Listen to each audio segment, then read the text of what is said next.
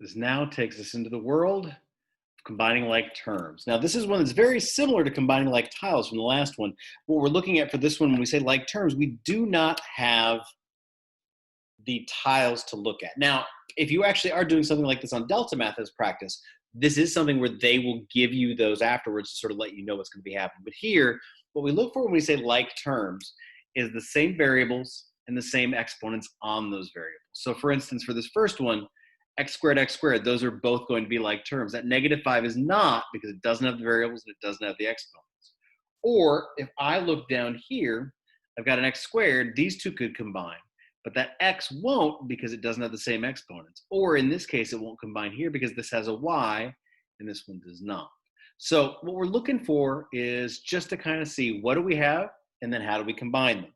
So, well, let's take the easiest one to start off with. Let's do this one at the beginning. Right now, we clearly have an x squared and an x squared. So that is going to make these two like terms, which means that -5 is not going to combine with either of them. Anytime we have that, we have to know where it goes. So I'm going to leave this just as a -5. Now, here's the part about this that I want to make sure you're prepared for.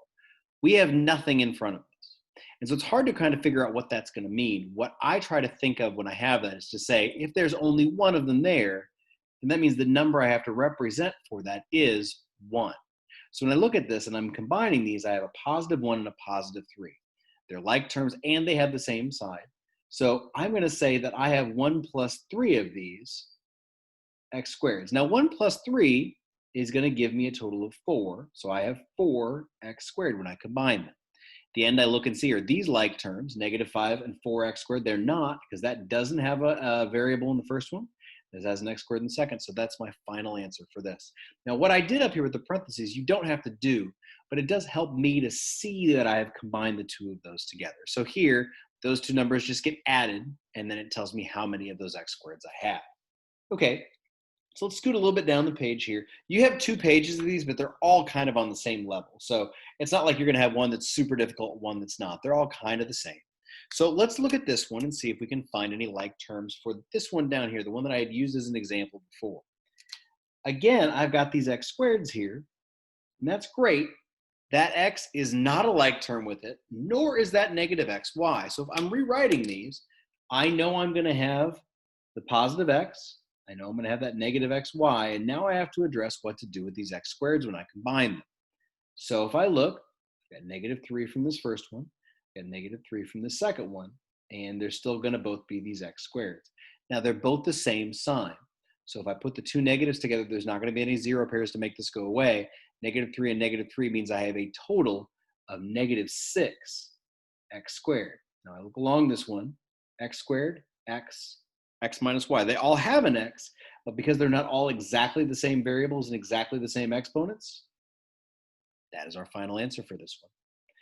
For one last one I'm going to do over here, I think I'm going to throw at you this guy down here, the one at the bottom. We've got a 2 minus x minus 2xy minus 2x. A lot of negatives in there, and that's fine. If we're looking at our common terms, there's a 2 by itself. There's nothing in common with either of those because they all have variables. Here's an x. This one has an x, so it could be, except it has that y, which means it's probably not going to be because they have to have exactly the same variables.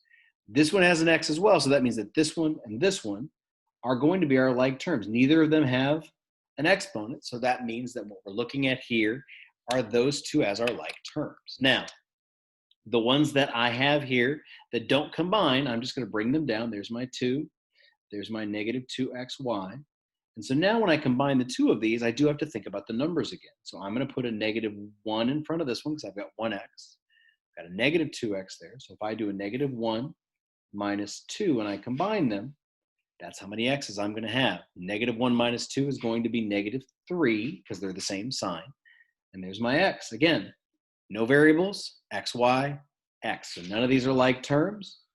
I am done with this problem. And that is as far as we need to go with this. So I hope that is going to help. And until the last video, that is what we're dealing with.